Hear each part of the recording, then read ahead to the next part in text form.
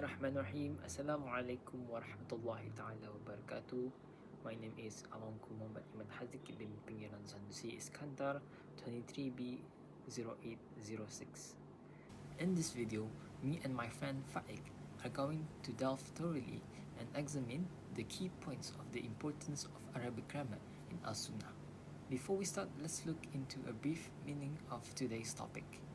Arabic grammar is like the foundation in understanding any context of the language. It acts as a bridge to understand the actual meaning of the language in Al-Sunnah. In Al-Sunnah, the grammar provides the framework to understand the actual meaning and the contextual aspect of the Sunnah. In this topic, we will divide this topic within three main subtopics, which is the first one, the role of Arabic grammar in deducing any hukum in usul al-fiqh. The second one will be the role of Arabic language, which is the role of understanding Arabic language in Al-Sunnah, and the third one will be corrupted understanding of Al-Sunnah, which is the example of it. In Islam, both Al-Sunnah and Hadith refer to the traditions of the Prophet Muhammad, peace be upon him, while Hadith specifically refers to his saying, actions, and approval.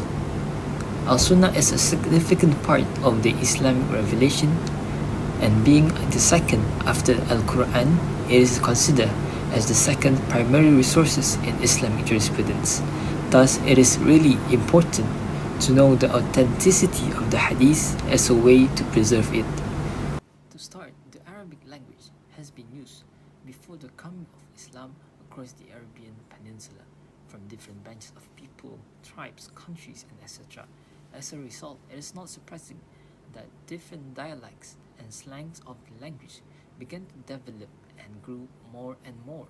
Moreover, the widespread of Islam globally introduced new converts from non-Arabic speakers across the globe. And it is known that the Arabs are expert with grammatical rules and composition naturally without any need to learn them. This is because they are born with their surrounding with Arabic language, and learning of Arabic becomes active with writing and writing in Arabic. Thus, new converts from non-Arabic speaker at the latter stage must learn and study hard the Arabic language and grammar to learn more about Islam. Due to this, non-native speakers tend to find it difficult to understand and recognize the authenticity of any particular Al-Sunnah and their aspect in contextual and the actual meaning, and may lead to misunderstanding of or misinterpretation of the Al-Sunnah narration. While understanding it authentically requires expertise in Arabic grammar, particularly in three main principles, which is Nahu, Saraf, and Balaghah. Also, expertise in the Arabic grammar enables the user to grasp the literal and contextual meanings of Al-Sunnah, preserving it against any misinterpretation or any misleading meaning. And it shows the understanding based on three main aspects, which is the meaning of words, meaning based on the words, and the meaning based on the context. Now let's move on the first part, which is the role of Arabic grammar in deducing any hukum in usul al-fiqh. We as a Muslim must live accordance with the Sharia that has been set from the sacred text of Al-Quran and Al-Sunnah. Any hukum deduced from both of the sacred texts must have full understanding in order to interpret the text to explain further the evidence of the hukum that has been deduced. And one of the significant contributions in Al-Sunnah understanding is possessing Arabic grammar expertise, which is proficiency. In context of usul al-fiqh, Arabic language is rich in methodologies. For instance, an Arabic word could be defined by number of meanings, and on the other hand, a number of words could have one meaning. Furthermore, to differentiate among true sense, which is hakikat, and metaphor or majaz in any Al-Sunnah word is significant to apply a textual understanding of it. And the study of Al-Sunnah understanding can be said that it overlaps and related with the jurisprudence and its sciences, especially on extracting any of the hukum from Al-Sunnah. To summarize, the proficiency of Arabic grammar are the methodologies in extracting hukum from Al-Sunnah by understanding its textual and contextual aspect before extracting it. Lastly, it is very crucial to highlight the role of Arabic grammar, jurisprudences, and its sciences.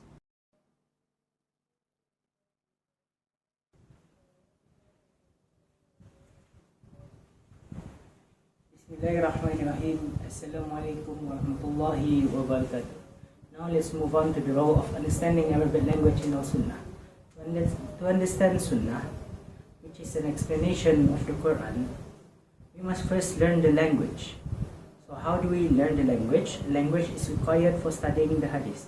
According to Ibn al-Salah, a learner of Hadith must have sufficient knowledge of the Arabic language, the Nahu, the Saraf, the Balaghah, and the others. Next, according to Al-Khatib, learning Hadith without knowledge of Arabic is like wearing a headless burnous. A burnous is like a scarf that the Arabics wear during the Prophet Muhammad's time.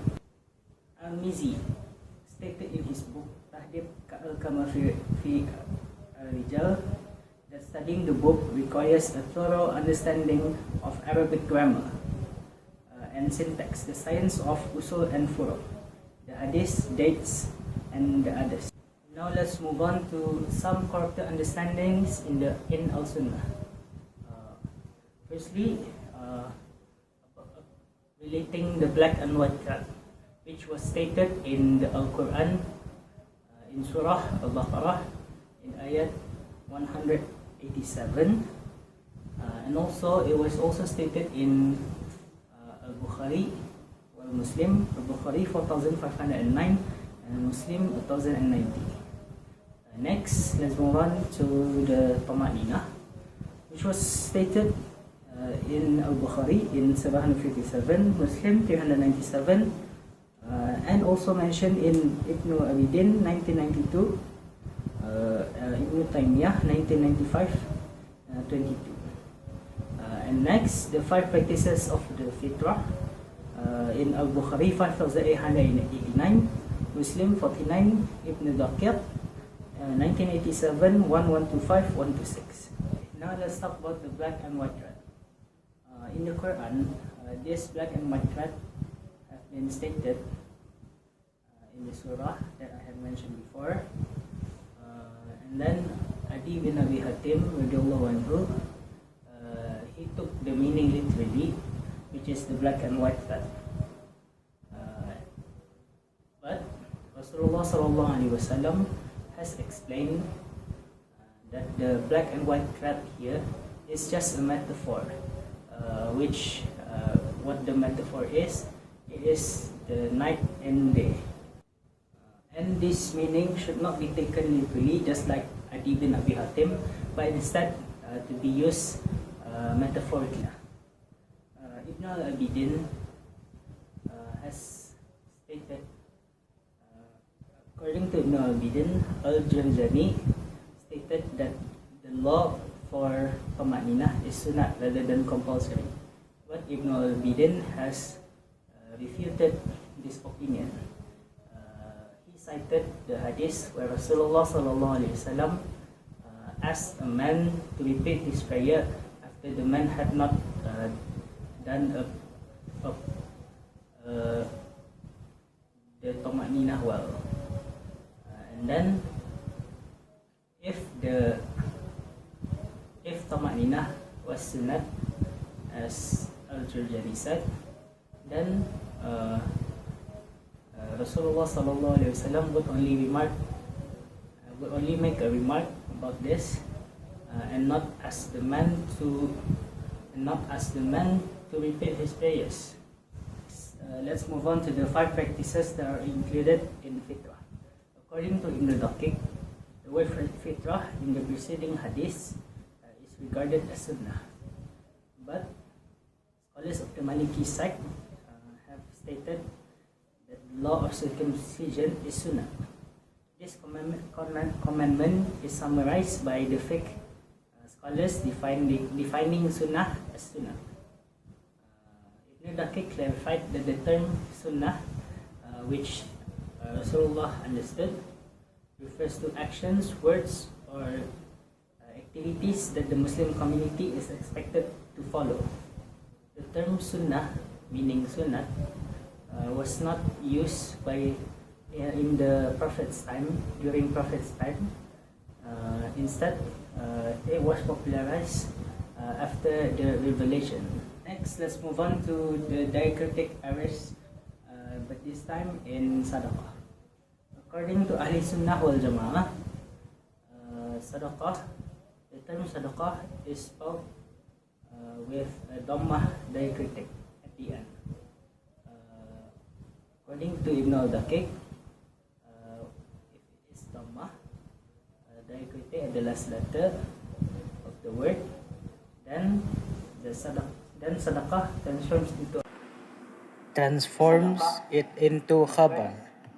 Sadaqah refers to the property or things left by Rasulullah SAW and which cannot be inherited, and instead should be distributed to all of the Muslims, to the Muslim community in it. The Shia sect added a fathah at the end of the last letter, Sadaqah. While narrating the above Sunnah,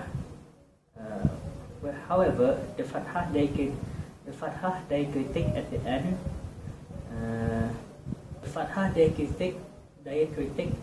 of the word transforms it into maf'ulun bih. The word Sadaqah,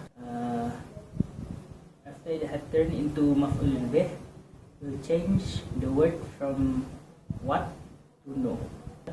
According to Al-Shaykh, the property left by Rasulullah